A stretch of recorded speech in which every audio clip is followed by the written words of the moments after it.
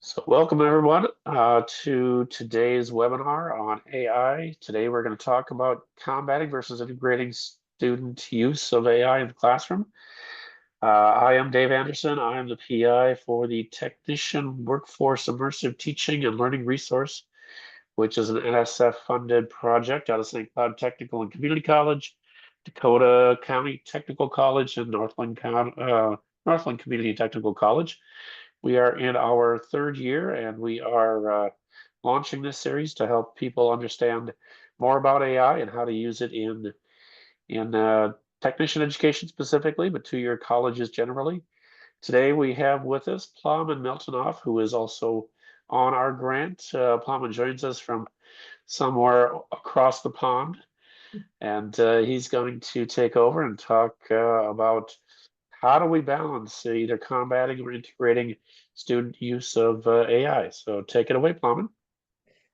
I'll just try to speak very quickly and very briefly about me, folks, not because of anything else, but in the future, if you need contacts, information, I might come handy.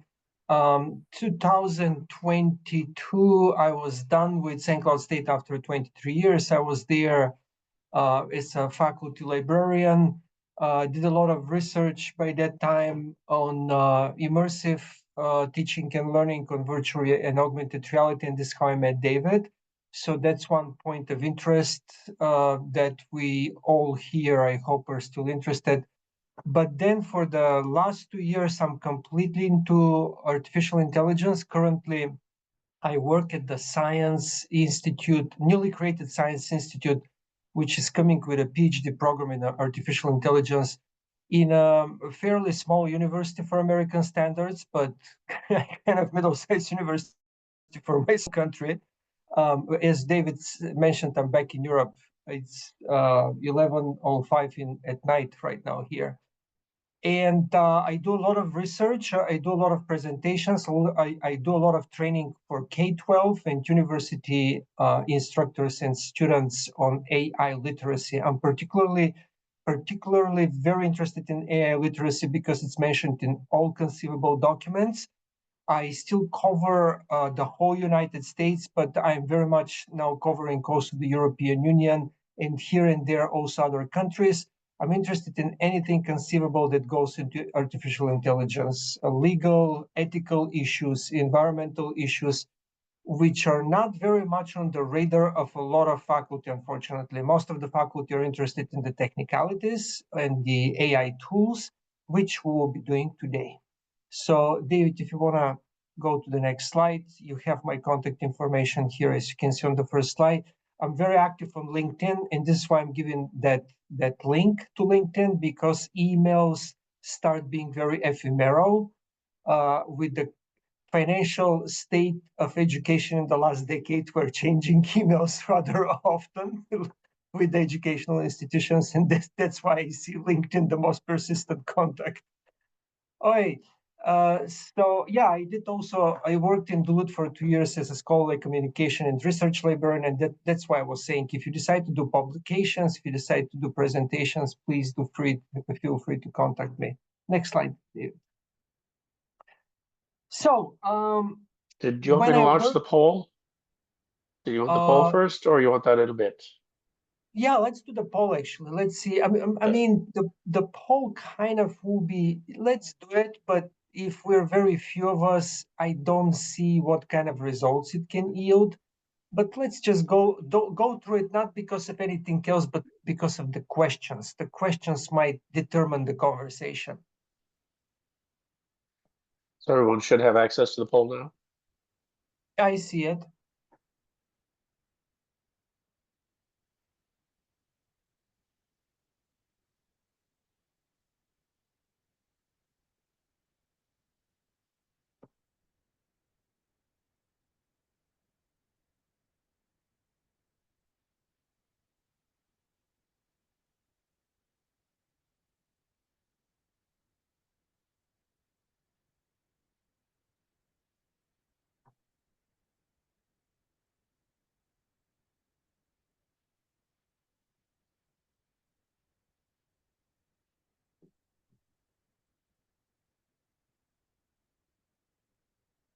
Looks like we got 5 out of 6 at this point. 6 out of 6. You're just finishing up, Weston. Okay. Don't miss your candy. Don't miss your candy. David will be giving virtual candies for those who completed the poll. Okay, I think that gets us everybody. Let's see. I'm anxious to see the results. Here we go. Here our results should be shared. I can't see it. Can you guys? Okay. So, how do you feel, folks? Do you want to spend a little bit time on the poll? Does it help you? These questions, do they seem pertinent? Something that will help you with conquering the AI world?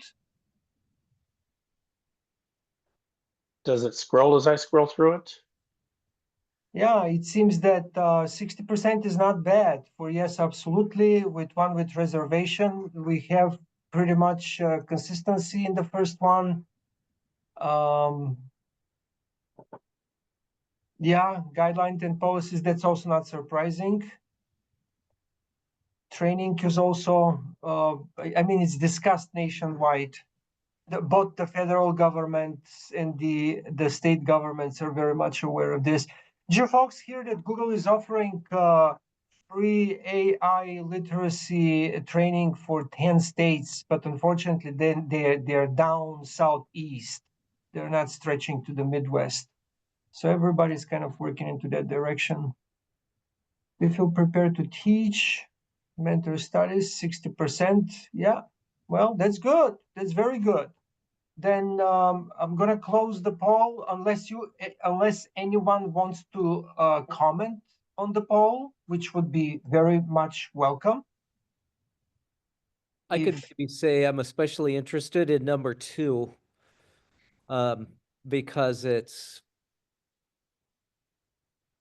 students are so busy at DCTC, and the AI is powerful, and it's certainly not that the majority would go there for answers and for shortcuts. But just to have it out there and accessible just makes me a little bit uncomfortable, especially when I have writing assignments. It's quite tempting, I think, to check out and just, if nothing else, just see what the AI bot would say in response to an essay prompt. And then the consequences, they don't, there's the ethical issue of dishonesty, and then the educational consequences, then they don't go through the rigorous, difficult steps of a complex writing assignment. So I don't know what to do about that. I've had a lot of conversations with instructors, some English teachers who are running into this very strong concerns about AI use and essay writing. Yeah. I can give you a solution, not from me. I'm not that smart. I'm following 3 Facebook groups of teachers and AI. Some of them K-12, some of them higher ed. And I can give you the consensus. I don't want to say the only one solution. I don't want to say the best solution, but there is one that I like, and I can share it with you folks if you're interested. Yeah, Um, sure. Unfortunately, though, it requires change of our practices also. So regarding writing essays, and again, one of the Facebook groups is exactly AI for English writing. So they're not explicitly, but they're mostly faculty who are teaching language. What they suggest is, and I'm gonna now try to replicate what I'm reading, so don't hold it against me. I'm not as good as they are.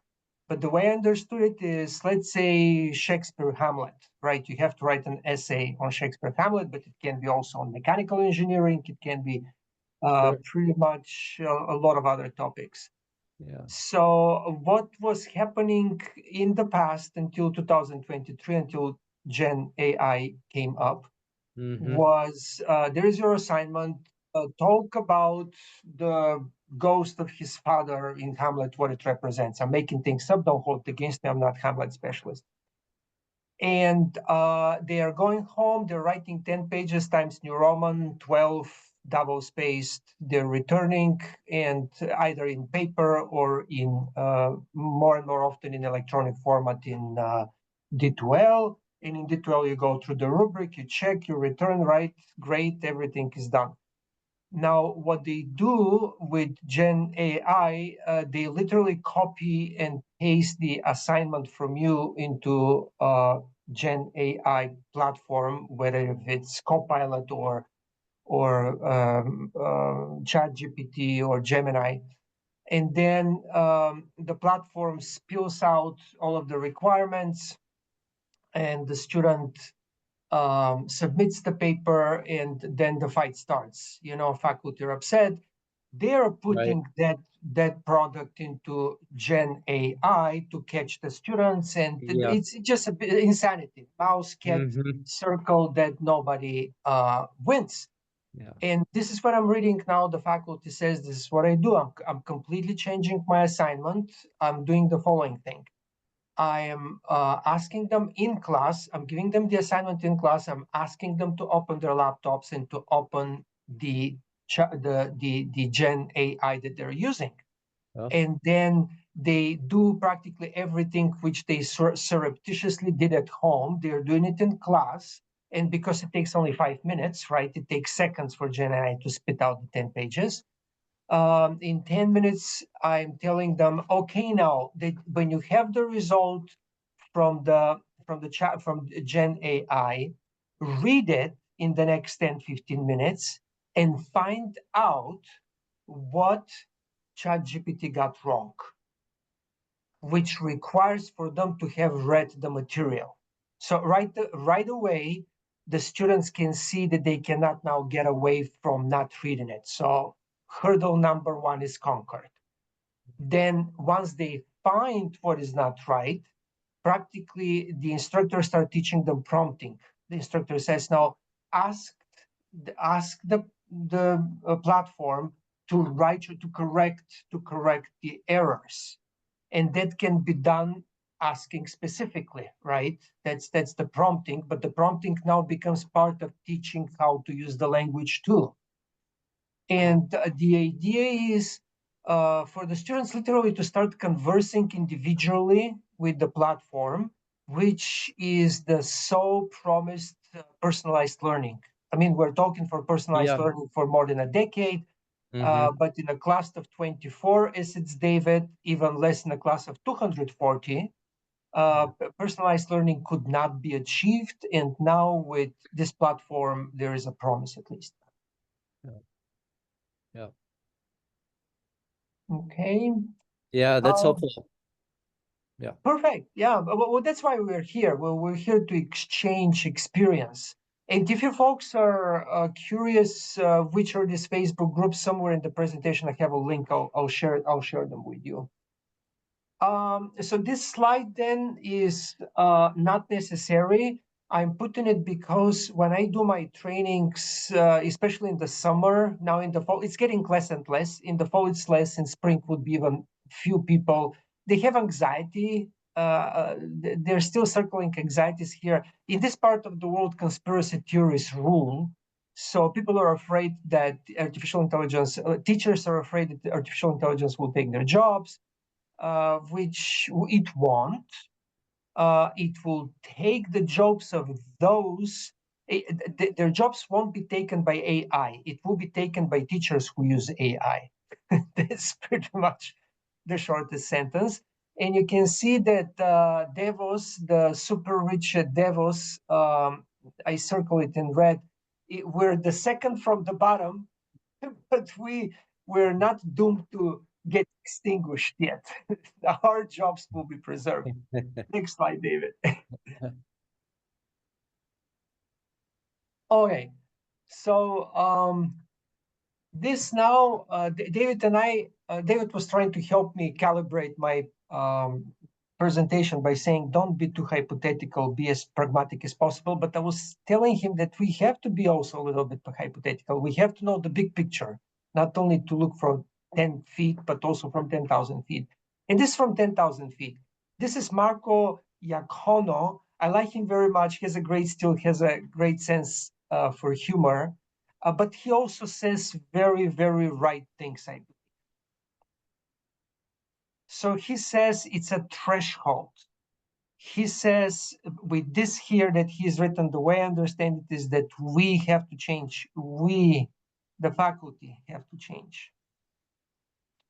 And we have to change quite a lot. Nobody likes to rewrite their syllabus, the whole syllabus. Nobody likes to rewrite assignments. But I just gave you an example why assignments needs to be rewritten. So waiting for policies from administration is not a good way to spend our time. We just have to start working. This is how I understand it. But I would love to hear your opinion, your interpretation of this slide.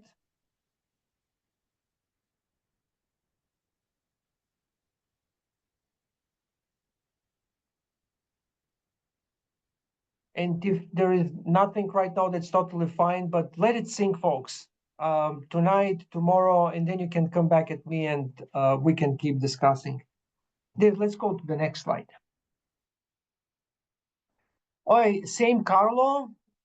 He was talking, he had a very good piece written, and you can see that this is very, very fresh. Everything here in this presentation is very fresh. Everything changes very fast. This is why I'm changing everything in my presentations. This is from January 1st. On New Year's Eve, he wrote the stuff on the previous slide, and on January 1st, he wrote this stuff. And it was very interesting because he was saying education moves very slowly, very slowly. The hype cycle is this, but we're way behind the hype cycle. And that's what this slide is about.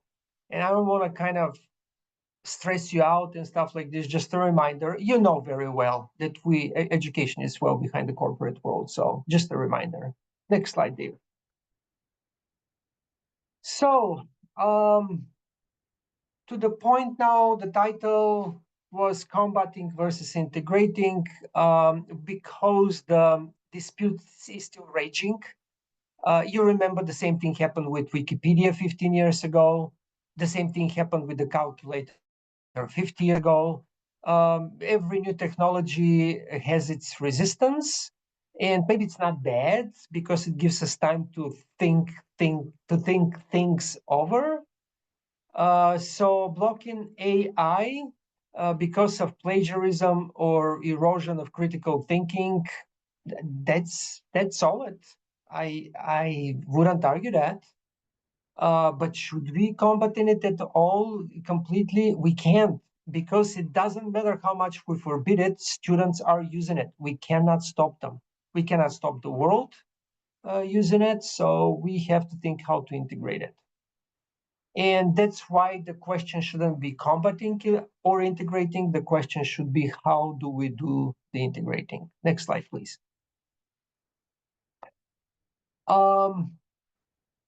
If you have doubts, which is totally normal, I do them sometimes. That's a good reminder. This is to help you dissipate the doubts, because AI can offer a lot, both to students, faculty, to the whole humanity. And these 4 bullet points are just not the most important, but some of the very important reasons why AI should be a part of the student's life and work. Next slide, please. A gentle reminder, you probably know them better than I do, but I always put this slide to remind myself that I'm in the boomers and I'm ready to be extinct. I'm kidding. I like the generation beta that popped out on January 1st. They didn't even wait for the year to be halfway through, and they start talking about generation beta. And that's scary, isn't it? In a blink of an eye, they would be in high school, and then in another blink of an eye, they will be our students. So we have to start thinking also about generation beta. Millennials already start heading the workforce, but we have a lot of returning students. So we have to we have to keep thinking about millennials. Gen Z and Alpha are our focus. We have to start thinking also about Beta, how we're going to teach Beta. And that's what I have to say about this slide. Please feel absolutely welcome to interrupt me at any moment with your thoughts, with your ideas when you see the slides. Next slide, please.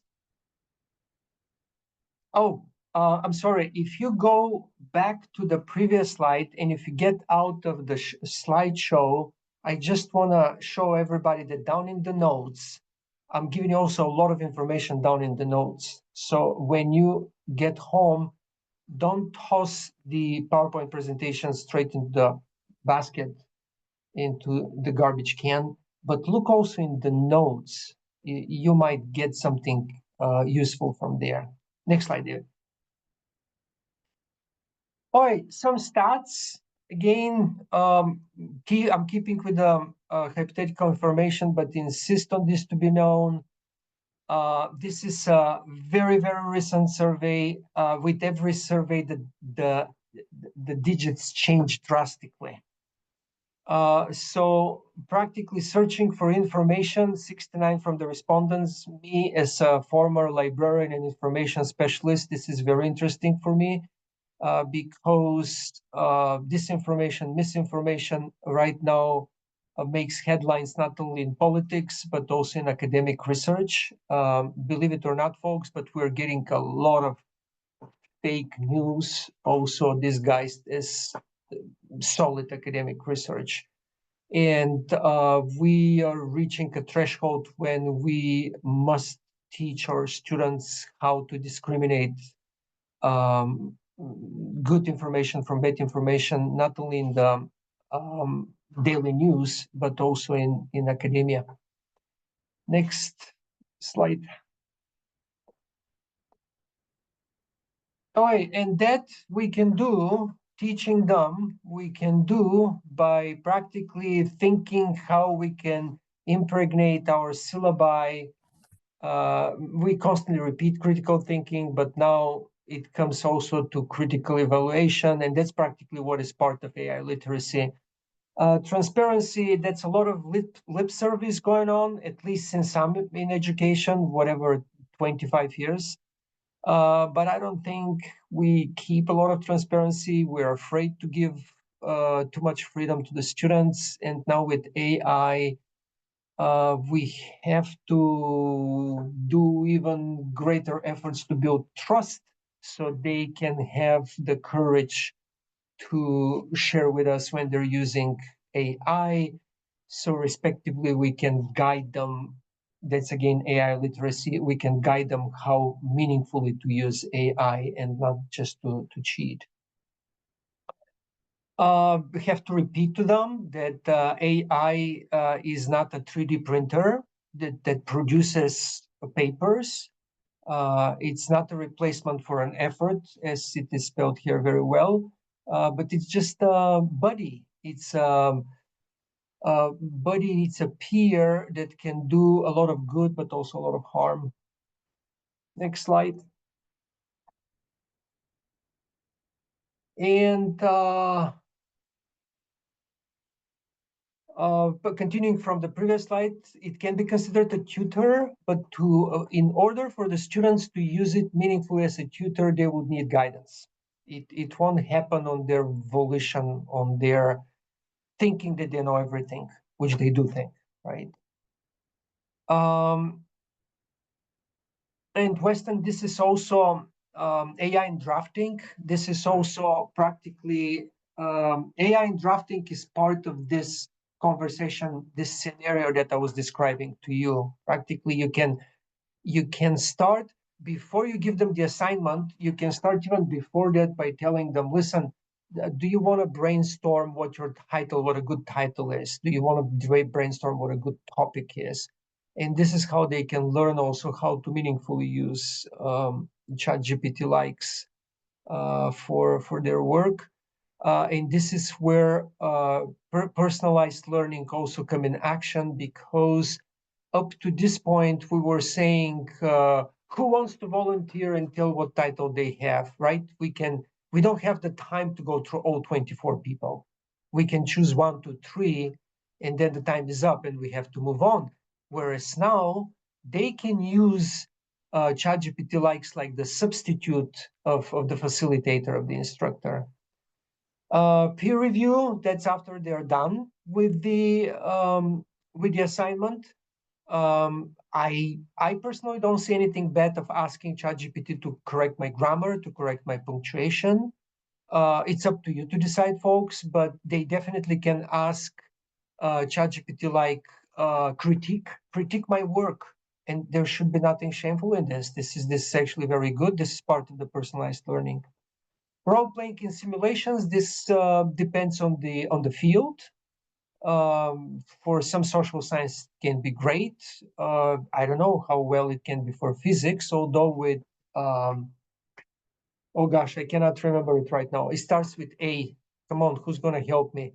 One of the generative AI that is very good with data. Anthropic. Anthropic can be very good for simulations for STEM disciplines. Next slide. Next slide. Next slide, please. Oh, this is my favorite. Everybody starts hating me about this, and that's why I like it so much, because I'm so likable that sometimes I like to be hated. But jokes aside, for me, this is very important.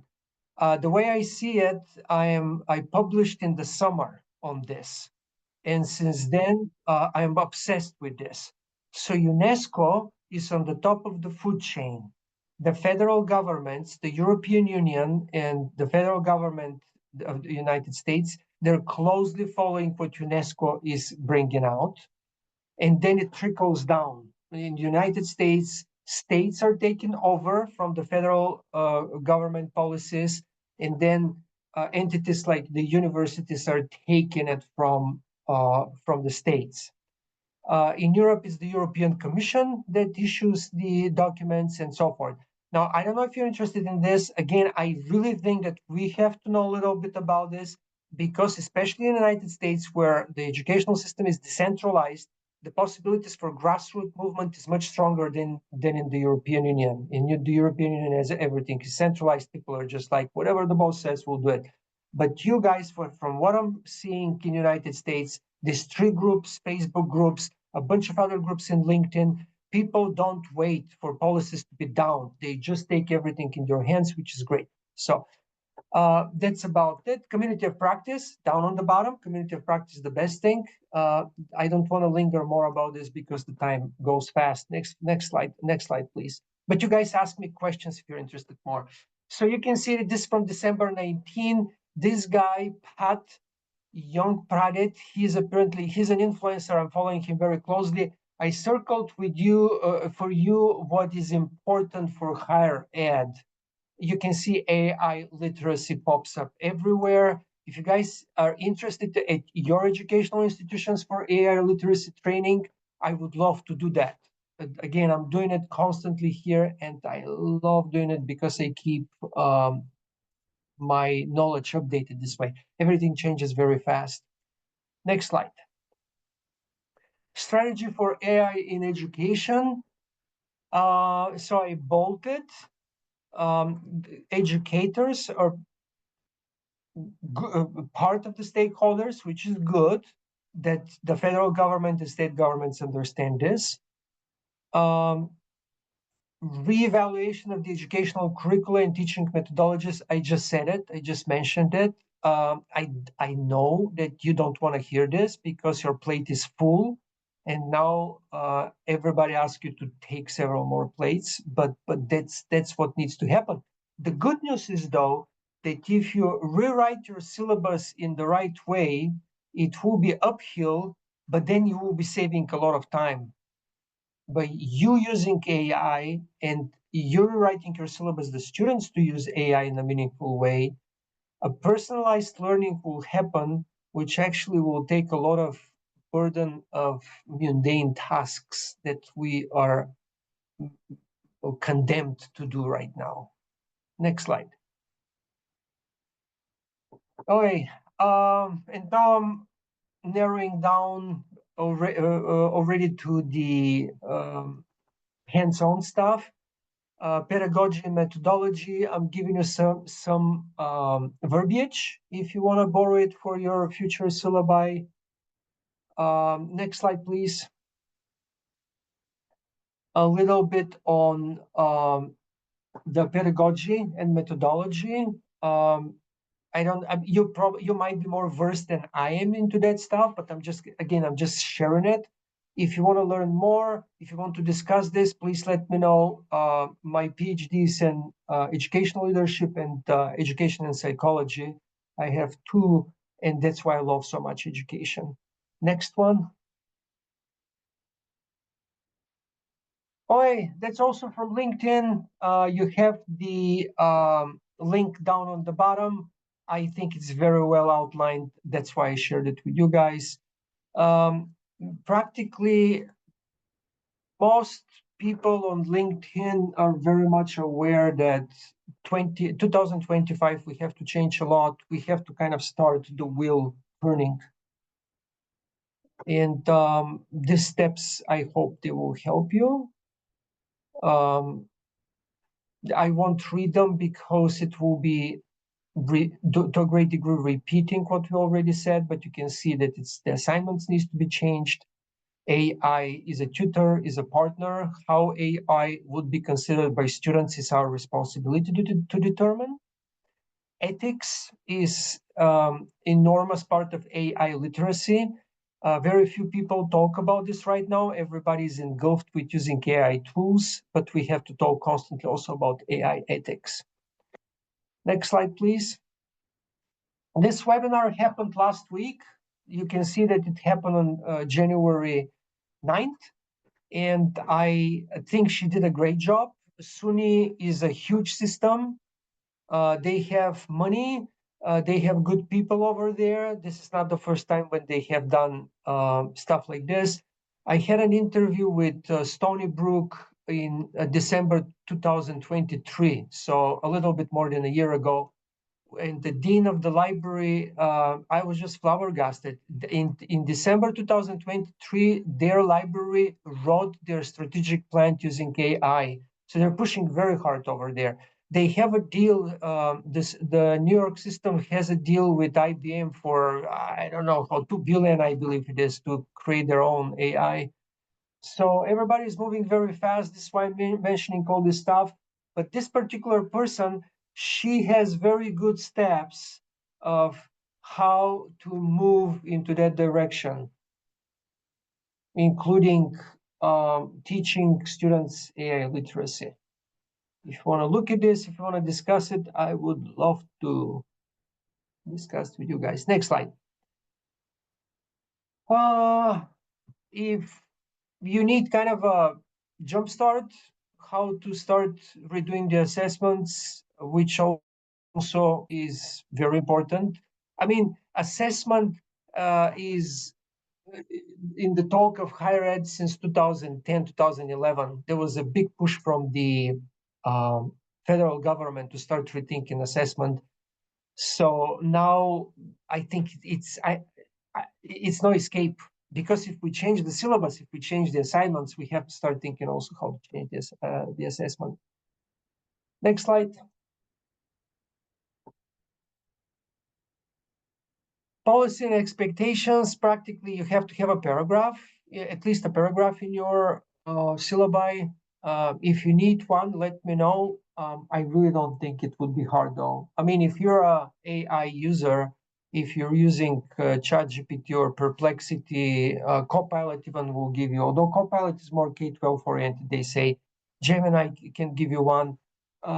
Just tell them, write me a paragraph for ethical use of AI for my class, and run it through colleagues, run it through other people, and put it in the syllabi. Next slide. But have one, because both legally, you don't have to stand on a leg if they cheat. If you don't have it and you catch them, there is nothing that can be done if you don't have anything in the syllabus. Creating your first AI integrated lesson. That's also kind of a first step stones. If they help you, Next slide. And now we're getting practically to the gist, what usually everybody starts their workshop on AI with, the terminology, the definitions. Just out of curiosity, don't want to put anybody on the spot, but anything from these four headlines, headlines, from these four headers, you're familiar with all this stuff, right? What is Gen AI? What is large language models? What is prompt engineering and chatbots and AI agents, right?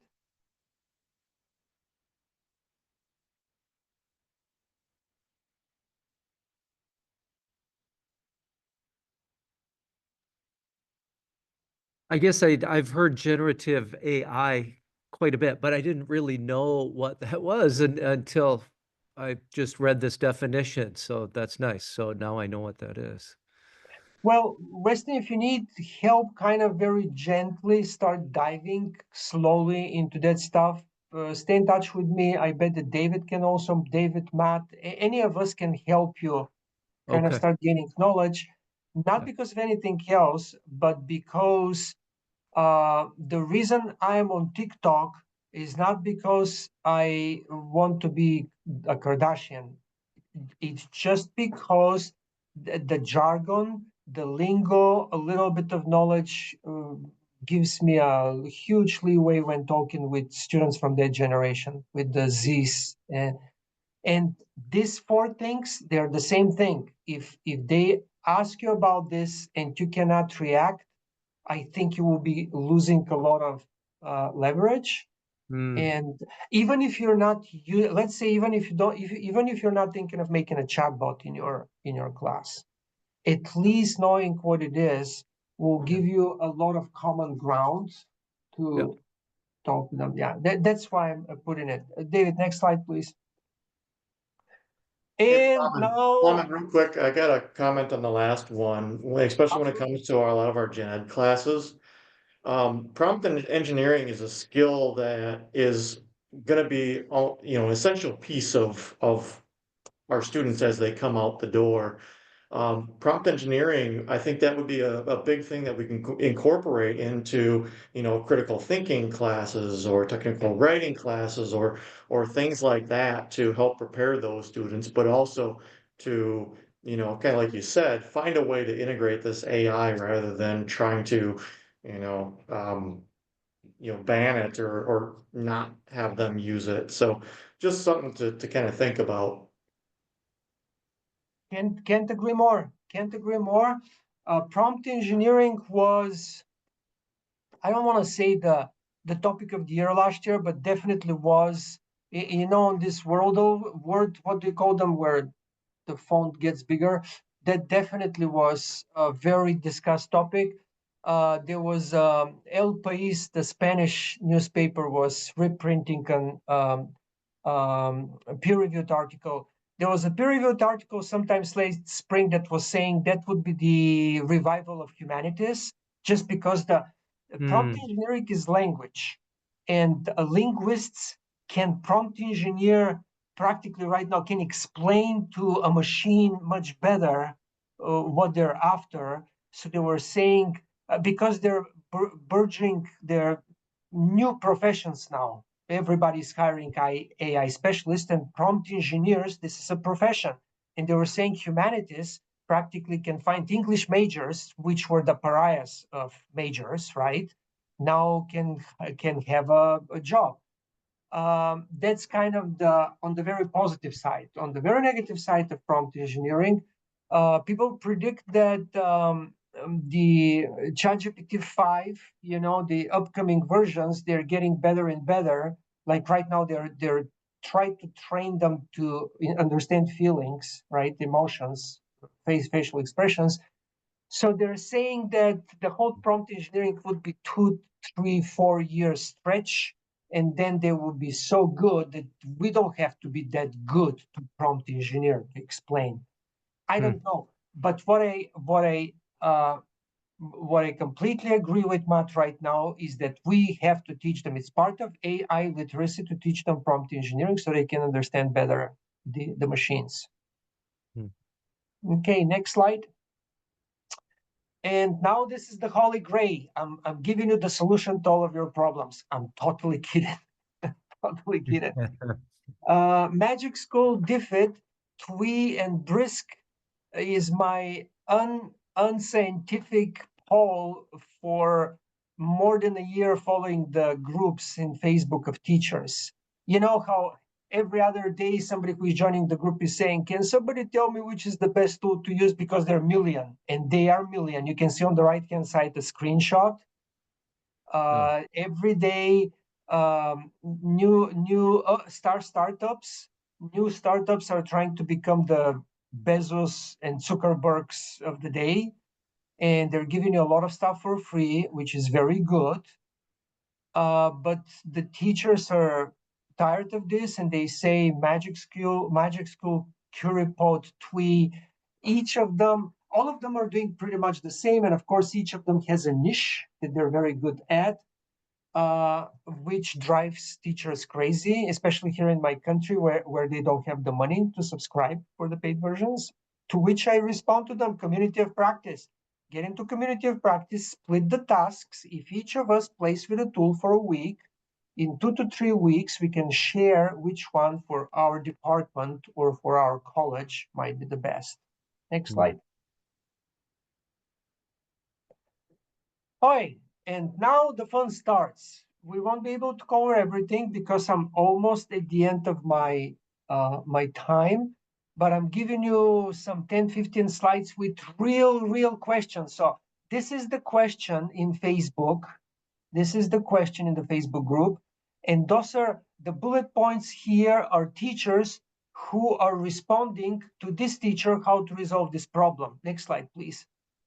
And you can see that the questions can be very simple. What should they use? Well, use Magic Schools. You teach made AI, which doesn't exist anymore. Everything moves very fast.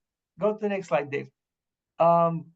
So here somewhere, if you click on the links, you will be getting to these Facebook groups. But if you need to a link to subscribe, not to subscribe in Facebook group, yeah, in Facebook group they have to admit you, and then you can just lurk.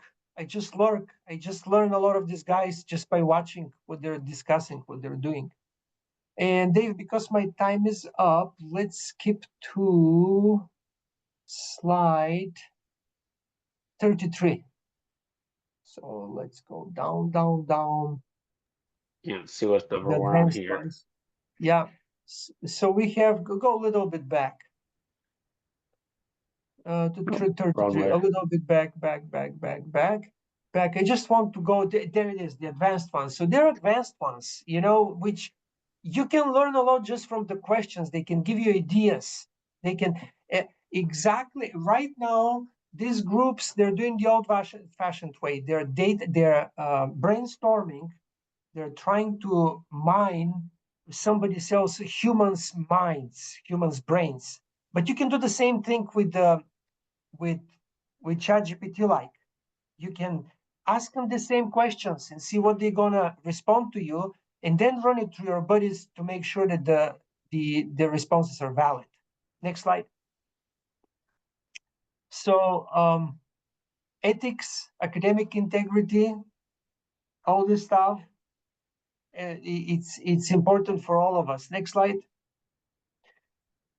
Now I'm sharing with you real policies. So if you have to write that paragraph in your syllabi, you can get ideas from here. Next slide. And there it is, Anthropic. Anthropic, this is from December 19. Anthropic is not the only one.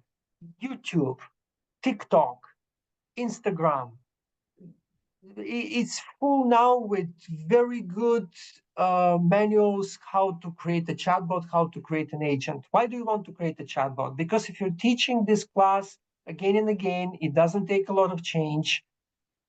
You had generated answers which you can feed the chatbot with and have the chatbot answer for you instead of you getting crazy answering to emails the whole weekend. I don't know how to convince you better. AI agents, they do even more than chatbots. AI agents this year, 2025, they're promised that they will make a huge breakthrough in the corporate world. Again, education is much behind, but that doesn't mean that we have to stay behind. At least we can start educating ourselves how to do that. Next slide, please. So, AI literacy. What do I teach as AI literacy?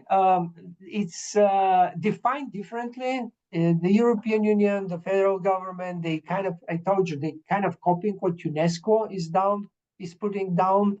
But I insist that AI literacy is expanded a little bit more because all these issues, they fall through the cracks. We all focus on the tools, on the AI tools. We don't focus on some of these issues, and they're very important for the students to know about them. Next slide. Copyrights and AI, it's impossible that you haven't heard about the lawsuits that are going on already. You've heard about OpenAI suit, Perplexity was in November, they started suing Perplexity. It's claiming that it's only scraping. But the point is that students have to understand at least that we are going into another era. Remember Napster, the woman that stole the music files, 25 years ago, and she got into huge debt and stuff like this? This is a baby thing compared with what we're facing right now. AI is completely new era. The students needs to be aware that we're getting into a new era. Next slide. What is AI literacy versus AI training? Right now I'm doing AI training, but I firmly believe that we have to do AI literacy. That's why I offered you my my services. Faculty has to go through AI literacy so they would be aware of stuff that they have to teach the students, because we are even if we're a private college, but we're state colleges, we're responsible not only to get out professionals, we're responsible also to get out good citizens. That's why AI literacy is so important. All right, and I'm gonna stop here. There are 2 more slides about research, but who cares about research, right? So.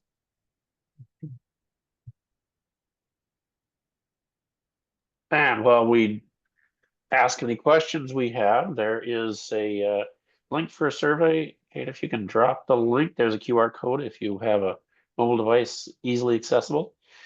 We always appreciate feedback on how today's session went. Otherwise, questions for Plowman? It's a lot of stuff. I flattened you. I brain drained you. I run a brain amok. So you can let it sink. And David, can you scroll up to the first one and put my LinkedIn account, and I'll put also my email. And when you sleep over it and everything sinks, you're most welcome to start asking questions. You know, Plum, one of the things I think that educators have heartburn with this is just the amount of work that is going to be coming along with it up front, like you mentioned. I mean, not since what, maybe ever have we ever had to make such a drastic change in how we are, delivering our content and that. Um, it's quite the task, and I think that's why a lot of educators haven't wanted to even look at this, is just because they're intimidated by it and there's just so much involved in it. And that's why I was suggesting that it's good to nevertheless to spend 5 minutes a day. If you spend 5 minutes a day looking at documents, it will help you a lot. It will give you at least a glimpse of hope that those things will change. I was appointed here in my country in a working group on a Ministry of Education level, which is Secretary of Education, federal level. And yesterday we had a meeting, and now the ministry here will be appointing new positions at schools, which would be charged with helping teachers get into AI. And this is not only my country. This is United States is also gaining traction. I told you about Stony Brook. Stony Brook is not the only one. The Ivy League has a lot of money. The Big Ten, they have a lot of money. University of Minnesota, I have it on another presentation. Again, David said don't overwhelm them with a lot of slides, and I took it off. But not last October, October 2023, University of Minnesota was seeking already AI specialist, not in the technical part, it was in the pedagogical part. So that's why we start asking you how is MinState, how is Stephen doing? I bet that MinState understands very, very well the necessity for such positions that can support faculty. It's just that machine is moving slowly, as we all know, and my stance is let's not wait for them. Let's do one more effort and start moving into that direction because the train is moving very fast and we don't want to miss it. Could I ask you, where are you? I'm right now in Bulgaria, Varna. You can Okay. Google it up. Beautiful, love it. It was snowing the whole day. They said since 2017 it hasn't snowed. And I was looking at people, how miserable they are. And I'm like, come on, I'm coming from Minnesota. I'm not cold. Yeah. Everything is in the mind, right? Absolutely. In 2 years, I'll be screaming probably. I'll come to Minnesota and I'll die probably.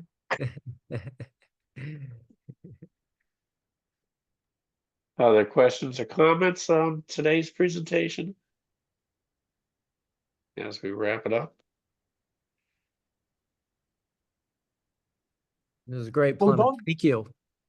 don't be shy. Don't be shy. Stay in touch with me. I'm learning from you as much as you might be learning from me. So, Yeah.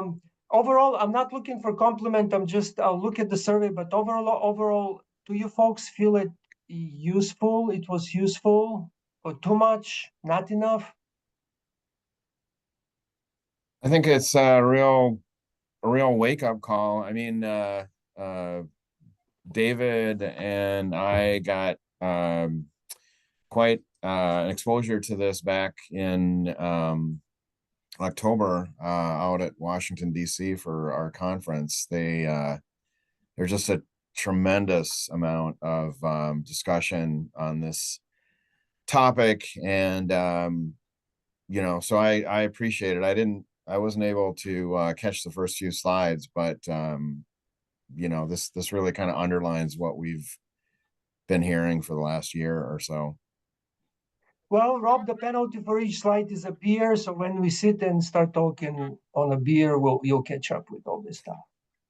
That's a deal. That's a deal. All right.